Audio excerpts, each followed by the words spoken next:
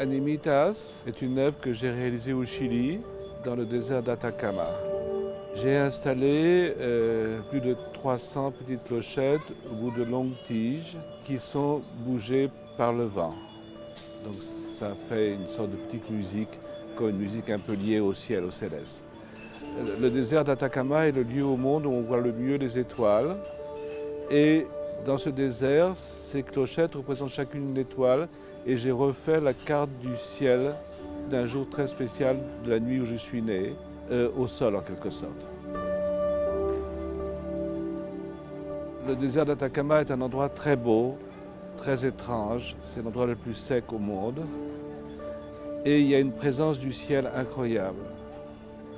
En même temps, c'est un endroit assez effrayant parce qu'il y a vraiment la notion de l'infini. Et donc, c'est comme une sorte de cimetière des âmes. C'est là où Pinochet jetait les gens dans le désert pour qu'ils disparaissent complètement. Et jusqu'à une date récente, et j'en ai encore connu, les membres de la famille des disparus venaient chercher des ossements dans le désert.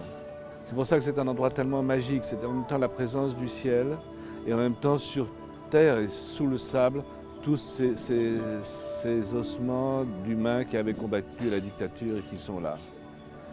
Et c'est un endroit vraiment très chargé. Je ne sais pas si je pourrais y vivre à cause de ça, parce qu'on sent vraiment l'idée de l'infini et de la mort.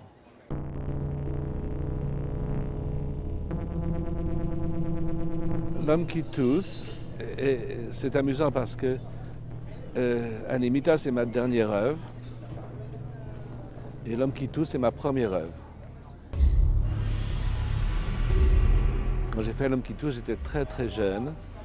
J'avais quelque chose comme 24 ans, quelque chose comme ça. Et j'étais très adolescent.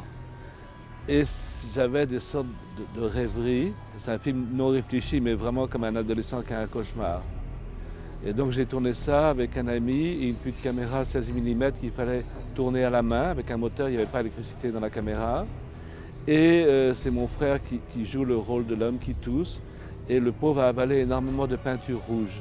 Parce que je lui avais mis une pochette avec de la peinture rouge et en fait ça tombait tout le temps dans sa bouche. Enfin, ça a été un tournage catastrophique. Et je ne peux pas en dire grand-chose. C'est vraiment les angoisses d'un ado.